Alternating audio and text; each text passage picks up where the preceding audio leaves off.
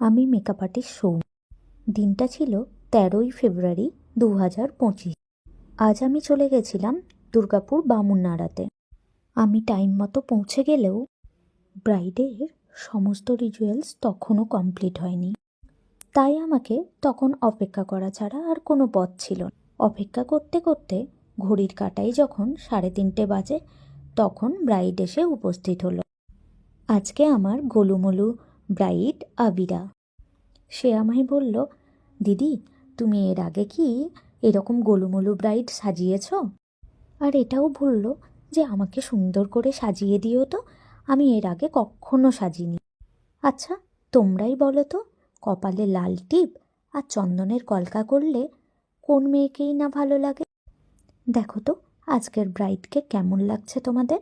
তোমাদের কমেন্টের অপেক্ষায় রইলাম।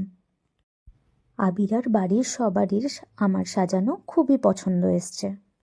তোমাদের কেমন লাগলো জানিও কিন্তু।